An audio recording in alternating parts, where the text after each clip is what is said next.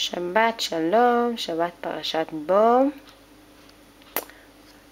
There's 3 more makot. Here is makat arbeh, grasshoppers. See these little eyes? Then here is choshech. There's a man stuck in the middle of the darkness. He can't see a thing.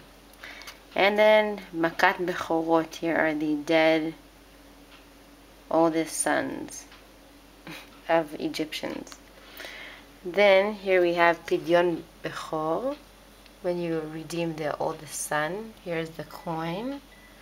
Then the Kohen, the father, and the baby, the son. And then this is Yetziat Mitzrayim, them leaving Egypt. Here are the gates of Egypt, and here are the Jews. The white one are the Jews leaving Egypt, and then the dark ones are the Erev Rav, the Egyptians that wanted to be part of the Jewish people, and they are leaving too. So, good Shabbos.